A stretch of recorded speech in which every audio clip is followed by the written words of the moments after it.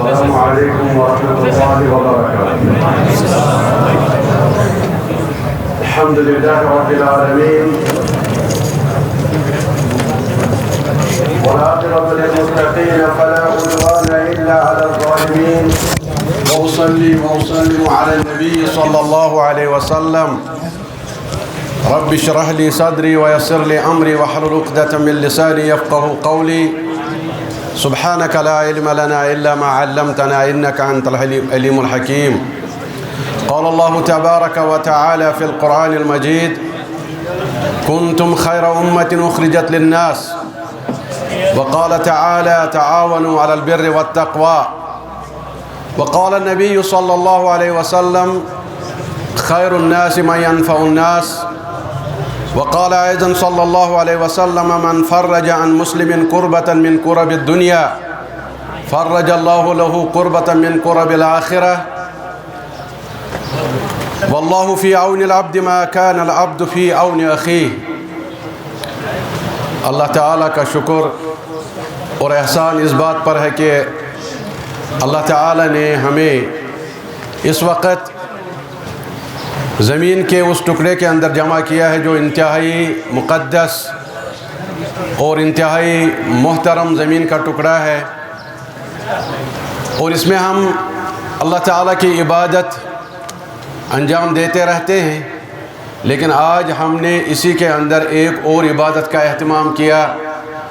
اگرچہ یہ صرف عملی اعتبار سے نہیں ہے، لیکن تجربہ کے اعتبار سے یہاں پر آپ کو حج کے بارے میں یا اس عبادت کے بارے میں بتا دیا گیا. وقت کم ہونے کی وجہ سے ہمارے پاس جو عنوان رکھا گیا ہے، عنوان جو ہم کو دیا گیا ہے کہ مملکہ عربیہ سعودیہ حجاج کے لیے کیا خدمت کرتی ہے، جہود المملکہ لخدمت الحجاج. اس عنوان کے سننے سے بعض لوگ، کچھ ایسے لوگ ہوتے ہیں، ان لوگوں کے دماغ کے اندر کبھی کبھی ہیجان پیدا ہو جاتا ہے کہ کیا وجہ ہے کہ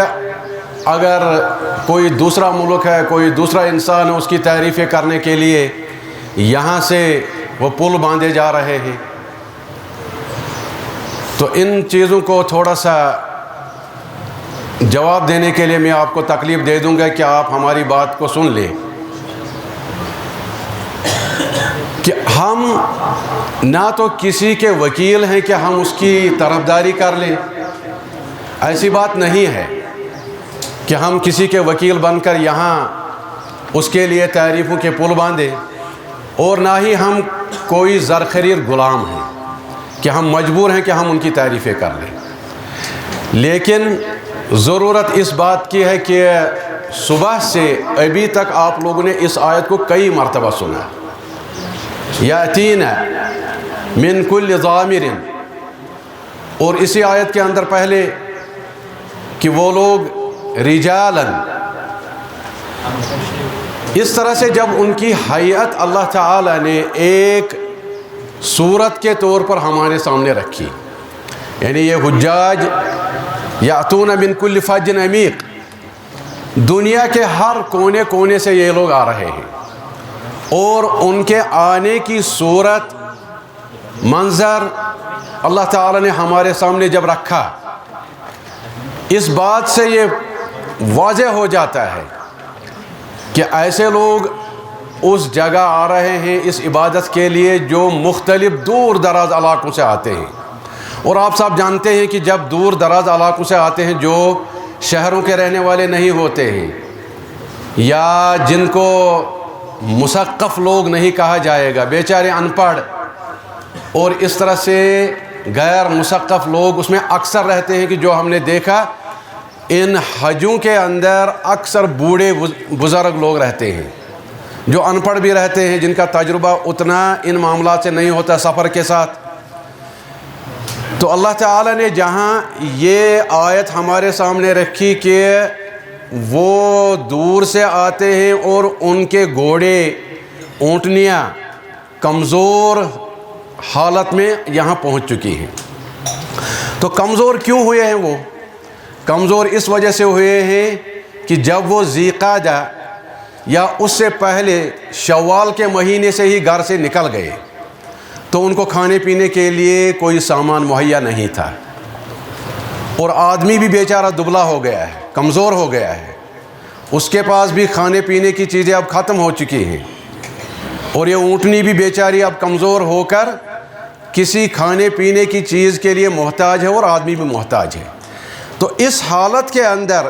ایک طرف سے یہ بزرگ ہے، کمزور ہے، دوسری طرف سے اس کے پاس کھانے پینے کی چیزیں بھی موجود نہیں ہیں، اس لیے جس کے پاس وہ جا رہا ہے، جس بستی کے اندر وہ قدم رکھ رہا ہے، وہاں کے لوگوں کو یہ لازم بنتا ہے کہ وہ اس کی ضیافت کرے، وہاں کے لوگوں پر یہ فرض بن جاتا ہے کہ اس کے سفر کو اگر وہ کلی طور ختم نہیں کر سکتے ہیں، اس کی مشقت کو کلی طور وہ مٹا نہیں سکتے ہیں، لیکن ان پر یہ لازم بن جاتا ہے کہ اس کے سفر کو تھوڑا سا آسان کر لے اور ان کے زخموں کو تھوڑا سا مرہم وہ لگا دے۔ اس طرح کی باتیں جب ہیں، اس طرح کے حالات جب پیدا ہوئے ہوتے ہیں، تو وہاں پر ان رہنے والے لوگوں کی خدمت ضرور ہونی چاہیے، اور اسی وجہ سے ہم یہاں آپ کے سامنے ان خدمات کو رکھنا چاہتے ہیں جو خدمات وہ انجام دے رہے ہیں۔ نہیں تو ہمیں کوئی ان سے کسی اور سے زیادہ ہمدردی نہیں ہے، سب ایک جیسے لوگ ہوتے ہیں، اور ہمارے پاس بھی ان کے لیے اسی طرح کے جذبات ہیں جیسے کہ تمہارے جذبات ہیں۔ لیکن جب حقیقی طور یہ حاجی کمزور ہوتے ہوئے، مجبور ہوتے ہوئے وہاں پر پہنچتا ہے، تو اس کی ضیافت کے لیے جو لوگ آتے ہیں ان کو آنا چاہیے۔ تو اسی وجہ سے ہم نے یہاں پر ان چیزوں کا تذکرہ کرنے کے لیے یہاں آپ کو زحمت دے دی ہے۔ تو آپ لوگوں کو یہ بھی معلوم ہوگا، شاید آپ نے سنا ہوگا اس میں تاریخ اور سیرت کے اندر، کہ عرب چاہے وہ قریش تھے یا قریش کے علاوہ، لقد کان سکان هذه البلاد، عرب کے لوگ رہنے والے جو تھے، فی الجاہلیت الجہلاء یعرفون تلک الوفود حقہم، کہ ان لوگوں کو ان وفود حجاج کرام کے وفود کا حق معلوم تھا، معرفتاً دفعتهم الى ان جعلوا من الرفادت والسقایہ، کہ وہ اس وقت پرانے جاہلی دور کے اندر، اسلام کے آنے سے پہلے ان چیزوں کا خیال رکھتے تھے۔ جب وہ لوگ اس وقت خیال رکھتے تھے جن کو ہم جاہل، کفار، مشرکین کہتے ہیں، ان کو بھی سقایا، وہ پانی پلاتے تھے حاجوں کو، اور اسی طرح ان کو کھانا کھلاتے تھے۔ ما یکرم مثواہم و یحسن نزلہم، کہ وہ سمجھتے تھے کہ یہ ایک عظیم کام ہے، اور اسی چیز کو وہ وسیلہ بناتے تھے اور فخر کرتے تھے غیروں پر کہ ہم حاجیوں کی خدمت کرتے ہیں۔ جب وہ لوگ خدمت کرتے تھے تو جب بھی وہاں پر وفود آئیں گے تو ان کو خدمت کرنا وہاں پر لازم بن جاتا ہے۔ تو اس طرح سے ہم یہاں آپ کو ان کے خدمات کے بارے میں بتانا چاہتے ہیں، وہ آئے گا انشاءاللہ تعالی۔ لیکن یہاں اس سب کے ساتھ اور بھی ایسی کچھ چیزیں وابستہ ہیں جن کا ذکر کرنا ان لوگوں کو جواب دینے کے لیے ہم یہ ضروری سمجھتے ہیں۔ دنیا کے اندر جہاں بھی کسی ملک میں سیر و سیاحت کا دورہ ہو، اور بعض ایسے بھی مملکتیں پائی جاتی ہیں دنیا میں جن کا رزق اسی سیر و سیاحت پر مبنی ہے۔ ابھی چند دن پہلے ہم سن رہے تھے سری لنکا کی معیشت وہ ڈوب رہی ہے، وہاں لوگ سڑکوں پر آ گئے۔ کیوں؟ کووڈ کے بعد جب ادھر لوگوں نے سیاحت کو چھوڑ دیا، وہاں گئے نہیں سیاحت کے طور پر کووڈ کے دنوں، تو ان کی معیشت ڈوب گئی۔ اور جس ملک کے اندر سیاحت بہت اچھے انداز میں ہو، وہ ان کے لیے رزق کا ایک بڑا ذریعہ بن سکتا ہے۔ تو دنیا میں باقی لوگ حج کو اسی سیاحت کے نظریہ سے دیکھتے ہیں، سیاحت کے زاویہ سے دیکھتے ہیں۔ وہ سمجھتے ہیں کہ اگر یہاں سے کوئی حاجی چلا جاتا ہے تو وہ وہاں پر 40 دن رہے گا، یہاں سے کرایہ لگائے گا، ادھر ہوٹل میں رہے گا، ادھر دوسری چیزیں خریدے گا، تو مکہ والے لوگ تو ان کو لوٹتے ہیں، مدینہ کے لوگ ان کو لوٹتے ہیں، عرب کے لوگ ان کو لوٹتے ہیں، تو وہ لوگ ان سے فائدہ اٹھاتے ہیں، وہ کیا خدمت کر لیں گے ان کی؟ یہ تو الٹا معاملہ ہے۔ عرب کے لوگ حاجیوں کی کیا خدمت کرتے ہیں، بلکہ حاجی ہی ان کی خدمت کرتا ہے۔ اس طرح سے جب ایک آدمی کی سوچ بن گئی ہو، وہ اس معاملے کو ایسے سوچتا ہو، تو یہاں پر ان کو جواب دینا لازمی بن جاتا ہے کہ نہیں، جب معاملہ سیر و تفریح، کاروبار اور آمدنی سے بڑھ کر ہو، اس سے اوپر اٹھ کر ہو، عبادت کا معاملہ ہو، تو یہاں یہ پیمانہ نہیں جڑتا ہے اور نہ ہی لگتا ہے، اور کوئی زیادہ بھی نہیں ہوا، بہت معمولی سا وقفہ ہے 630 عیسوی سے لے کر جب اللہ کے نبی صلی اللہ علیہ وسلم نے حج کیا ہے، 630 یا اس کے آس پاس اللہ کے نبی نے صلی اللہ علیہ وسلم نے حج کیا ہے، اور ابھی 1950 تک، 1950 ابھی زیادہ 80 سال سے پہلے کی بات ہے، ان اتنے 1400 سال کے اندر لوگ تمام دنیا میں تقریباً سبھی محتاج تھے، اور یہ سعودی عربیہ تو بالکل ہی محتاج تھا۔ مکہ مدینہ یہ جو زمین کا ٹکڑا ہے، مقدس ٹکڑا، یہ اور بھی زیادہ محتاج تھا، صحرا تھا، اور دنیا کے بقیہ جتنے بھی ممالک ہیں، انڈیا ہو یا برطانیہ جزائر ہو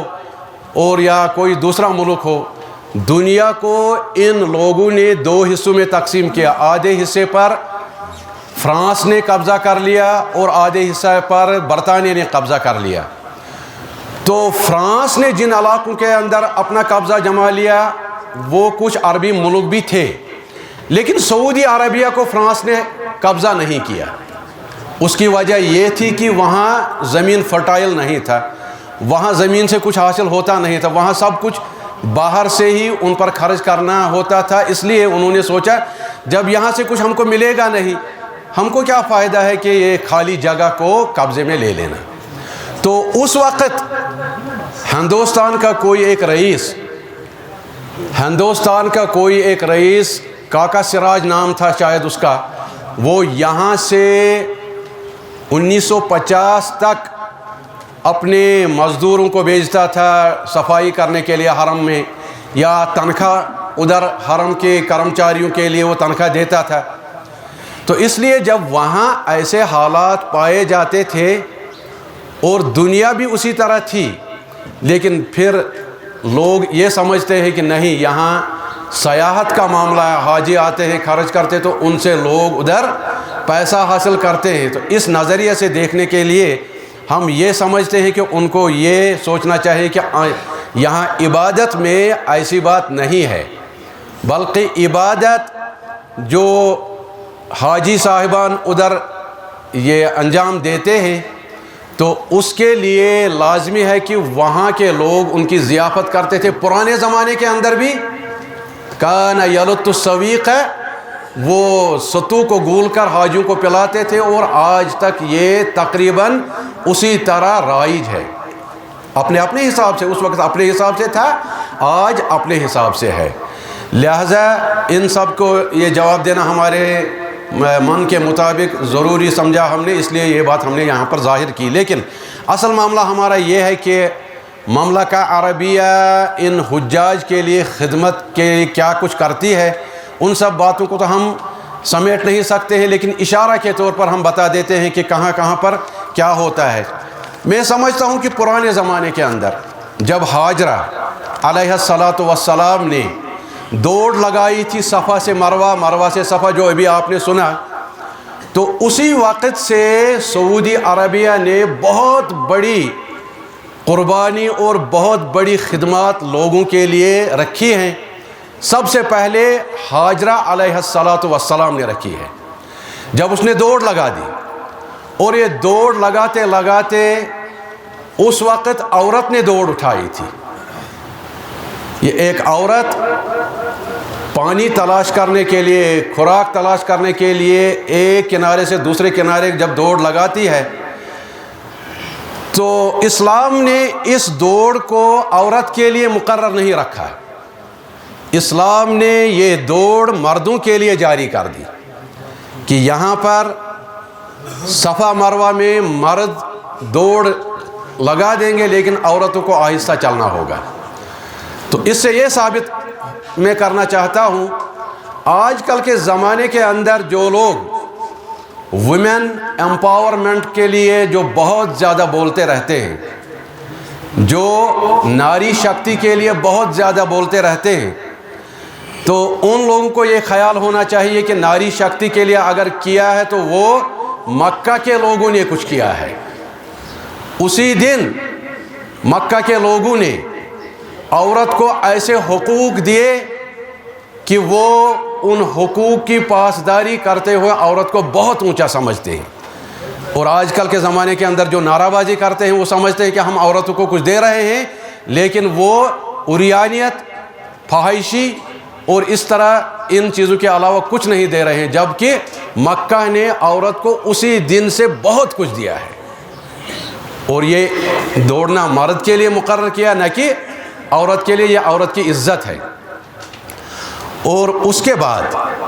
جب ہم دیکھتے ہیں کہ سعودی عربیہ میں یہاں حجاج کے لیے کیا کچھ کرنے کی ضرورت ہے، اس کو ہم قرآن کے اندر ٹٹول سکتے ہیں، سنت اور حدیث کے اندر ٹٹول سکتے ہیں، کیونکہ یہی قرآن اور حدیث اس چیز کو تلاشنے کے موقع پر ہم دیکھتے ہیں کہ قرآن اور حدیث ہم کو ایک خاص نقطے کی طرف ہر وقت رہنمائی کرتا ہے. وہ یہ ہے کہ حسن المعاملہ، حسن المعاملے کی طرف ہمیں قرآن ہر وقت رہنمائی کرتا ہے. اور یہ عرب ان حاجیوں کے ساتھ اس حسن المعاملہ میں بہت زیادہ مبالغہ کرتے ہیں، بہت زیادہ مبالغہ کرتے ہیں. اور اس مبالغے کے اندر میں آپ کو اپنی ایک تجربہ کے طور پر، میں نے حرم میں کام کیا ہے تقریباً 5-6 سال. حاجیوں کے ساتھ میں بطور مترجم رہتا تھا، اور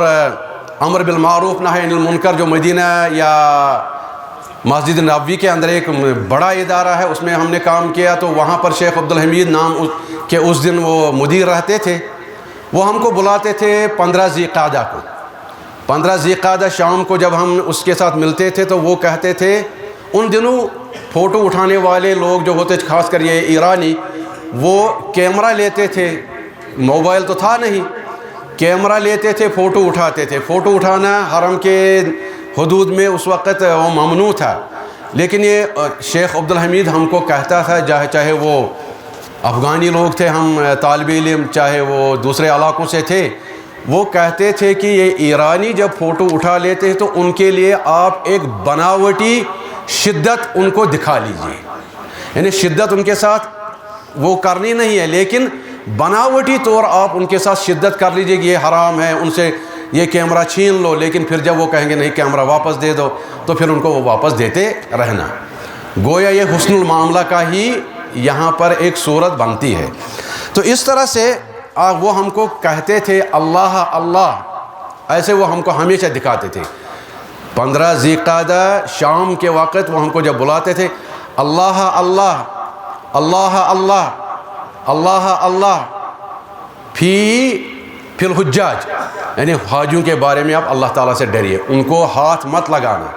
ان کے ساتھ بد کلامی نہیں کرنا. ہاں اگر کیمرہ آپ نے اسے لے لیا، پھر وہ کہے گا واپس دے دو، تو اس کے بعد گھنٹے کے بعد 2 گھنٹے کے بعد اس کو واپس دے دو. یہ تو حسن المعاملہ ہی ہے.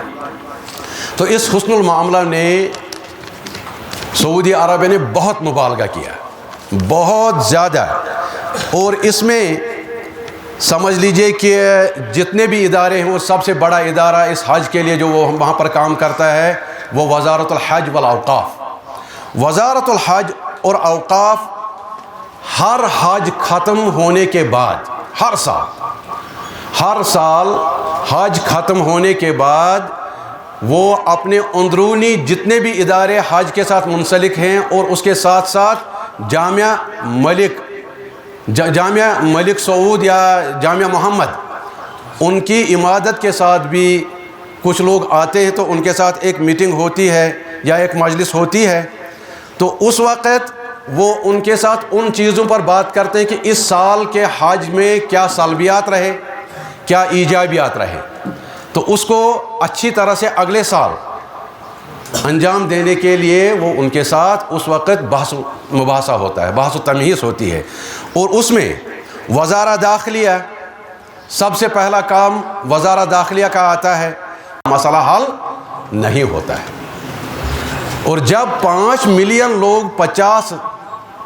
اس طرح سے 5 ملین لوگ جب کسی گاؤں کے اندر، بستی کے اندر جمع ہو جائے تو ان کے لیے کتنا پانی ضرورت ہے، تو اس لیے وزارہ داخلیہ وہاں پر ان کے لیے یہ مشکل ہو جاتا ہے اس وقت یہ کرنا کہ جو سڑکوں پر پولیس رہتی ہے جن کو مرور کہا جاتا ہے، یا دفاع المدنی وغیرہ، اور موسم کے اندر جو لوگ وہ عارضی طور کام کرنے کے لیے لگاتے ہیں، تو وہ اپنی طرف سے ان کے لیے ہر سہولیت کو میسر رکھتے ہیں۔ اور اس کے بعد وزارہ خارجیہ ان کو تاشیرات، ویزا وغیرہ اور سیاسی طور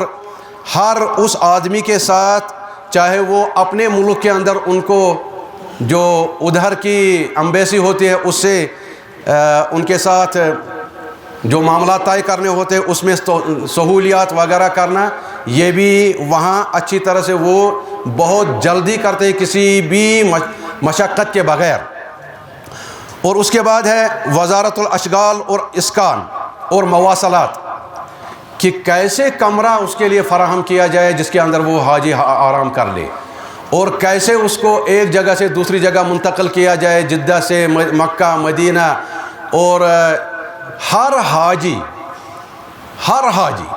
یہ چاہتا ہے کہ میں حرم کے قریب رہوں، اور حرم کے قریب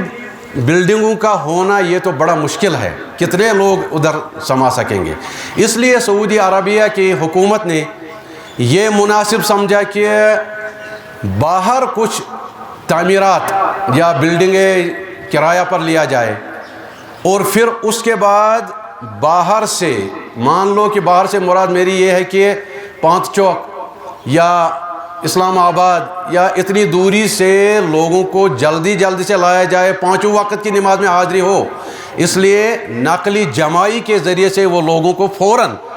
نماز کے لیے لے آتے ہیں، تو اس طرح سے لوگوں کو نماز پڑھنے میں کوئی دقت محسوس نہیں ہوتا ہے کہ حرم کے قریب رہا جائے۔ یہ تو بہت بڑا معاملہ تھا وہاں پر اس مواصلات کا یا اسکان اور اشغال وغیرہ کا،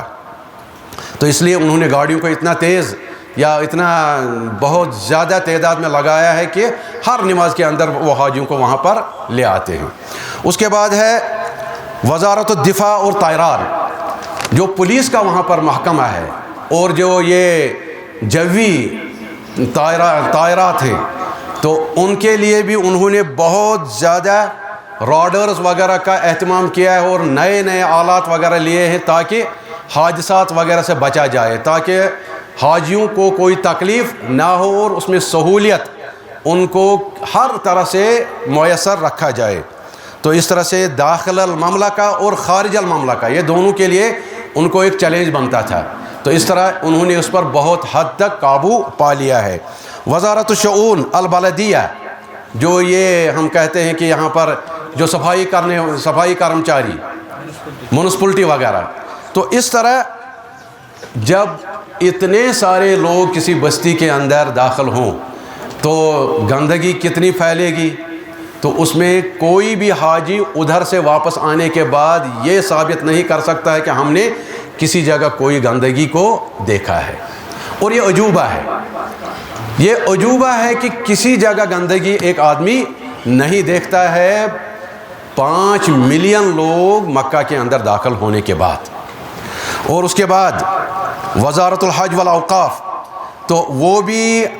ہر اس چیز کو میسر رکھتے ہیں ان کے لیے جو ان کو مشکلات سے نکال کر آسانی کی طرف لے آتے ہیں۔ وزارت الصحہ، ہسپتال وغیرہ وہ عارضی طور وہاں سڑکوں پر چھوٹے ہسپتال گاڑیوں میں، موبائل گاڑیوں میں وہ ہسپتالوں کو بناتے ہیں تاکہ اگر کوئی راستے میں گر گیا، چکر آ گیا تو فوراً اس کو اس مرکز کے اندر ڈال دیا جاتا ہے، یا اس کے بعد اگر اس کو فحص وغیرہ کرنے کے بعد کسی دوسرے ہسپتال میں منتقل کرنا ہوگا، تو یہ سب ان کے لیے اتنا درد سر تھا، تو اس سب پر انہوں نے قابو پا لیا ہے۔ یہ سمجھ لو کہ ان کی بہت بڑی قربانی اور حاجیوں کے لیے خدمات ہیں، چاہے وہ مکہ ہو، چاہے مدینہ ہو، یا مشاعر المقدسہ ہو، ان سب جگہوں پر انہوں نے مستشفیات اور یہ مراکز الصحہ قائم کیے ہیں۔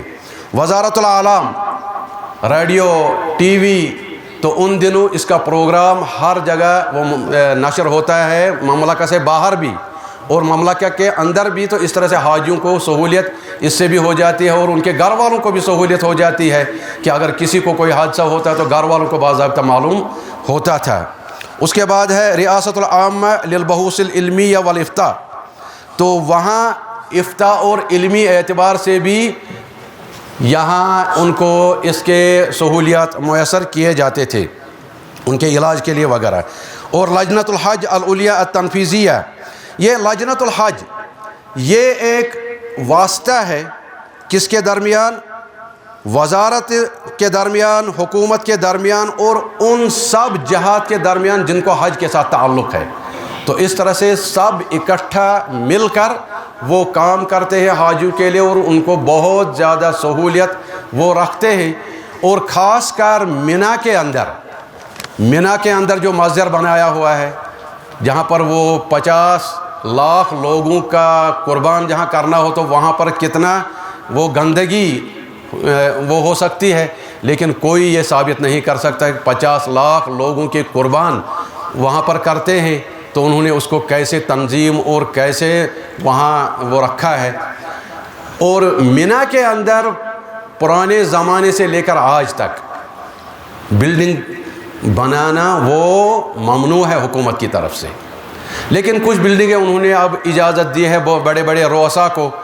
اپنے لیے نہیں، کاروبار کے لیے نہیں، بلکہ حاجیوں کی خدمت کے لیے، اور اس میں وہ ایسکیلیٹر لگا دیے گئے ہیں۔ مینا کے اندر ایک بلڈنگ ایسی ہے کہ وہاں پر اس میں ایسکیلیٹر لگا دیے گئے ہیں، اور ایسکیلیٹر وہاں جب وہ چلتے ہیں تو ہر کھڑکی پر ایک آدمی کھڑا ہے۔ ان ایسکیلیٹروں پر کھانے کے ڈبے آتے ہیں تو آدمی اٹھاتا ہے، کھڑکی پر رکھتا ہے، تو حاجی آ جاتے ہیں، ایک ایک حاجی اس کھانے کے ڈبے کو اٹھا لیتا ہے۔ تو یہ سب حاجیوں کی سہولیت اور حاجیوں کی خدمت کے لیے حکومت کی طرف سے ہوتا ہے۔ تو بلکہ اس سب کی تصویر ہم یہ کہیں گے کہ سعودی عربیہ، مملکہ عربیہ کو ہمیں کہنا چاہیے تھا کہ یہ حج کی جو ہم خدمت ان کے لیے آپ کو بتا رہے ہیں، یہ جزء من الکل ہے۔ حج کی خدمت جزء من الکل، یہ وہ لوگ حاجیوں ہی کی خدمت نہیں کرتے، بلکہ وہ دنیا بھر کے لوگوں کے لیے خدمت کرتے ہیں، چاہے وہ مسلمان ہیں، غیر مسلم ہیں، سب کے لیے وہ خدمت کرتے ہیں۔ ملک فہد کے زمانے کے اندر انہوں نے ایک اٹلی روما کے اندر ایک ایسا مرکز بنایا، لاکھوں میں وہاں اس مسجد کے اندر نماز پڑھتے ہیں لوگ، وہاں اٹلی کے اندر ملک فہد نے ایک ایسا اتنا بڑا مرکز بنا لیا، گویا وہ تمام دنیا میں خدمت کو انجام دیتے ہیں، لیکن حج ایک اس کا جز ہے۔ مثلا رابطہ دنیا کے اندر کام کر رہا ہے، ندوہ دنیا کے اندر کام کر رہا ہے، اسی طرح بہت سارے ایسے ادارے ہیں جو دنیا کے اندر لوگوں کے لیے کام کرتے ہیں، مسلمانوں کے لیے، اسلام کے لیے کام کرتے ہیں، یہ سب ان کے خدمات ہیں۔ اور اس طرح سے ہم یہ کہیں گے کہ بڑی صورت کے اندر جو حرمین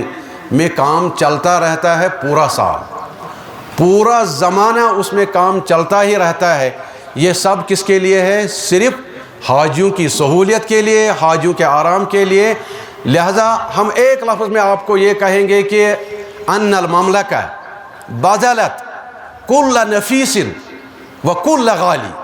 جو بھی ان کے پاس قیمتی چیز تھی، جو ان کے پاس سب سے نفیس چیز تھی، وہ انہوں نے حاجیوں کے لیے ان کی خدمت میں رکھا ہے، ان کے لیے وہ بہت اپنی طرف سے آسائش سہولیات کو رکھتے ہیں۔ تو ہم یہ دعا کریں گے کہ اللہ تعالیٰ ان کی اس خدمت کو قبول فرمائے، اللہ تعالیٰ ہمارے اس جمع ہونے کو یہاں پر قبول فرمائے، اور اللہ تعالیٰ ہم سب کو پھر سے جنہوں نے حج کیا ہے اور سب لوگوں کو اللہ تعالیٰ اس گھر کے لیے حاضری کے لیے بلائے. آمین. ربنا تقبل منا انک انت السمیع العلیم. اور اس میں منی کے اندر جو وہاں انہوں نے شجر کاری لگائی ہے تاکہ آرام ہو، ٹنلیں نکالی ہیں، اور اس طرح سے بہت ساری چیزیں انہوں نے. اور اس سال طواف جہاں پر ہوتا ہے مطاف میں بھی انہوں نے مظلہ اور چھتری کو لگایا ہے. یہ کوئی کم بڑے کارنامے نہیں ہیں. اس لیے یہ سب حاجیوں کی خدمت کے لیے ہے. اللہ تعالیٰ اس حرمین شریفین اور خادم الحرمین شریفین کی اس خدمت کو قبول فرمائے. ربنا تقبل منا انک انت السمیع العلیم. السلام علیکم ورحمۃ اللہ.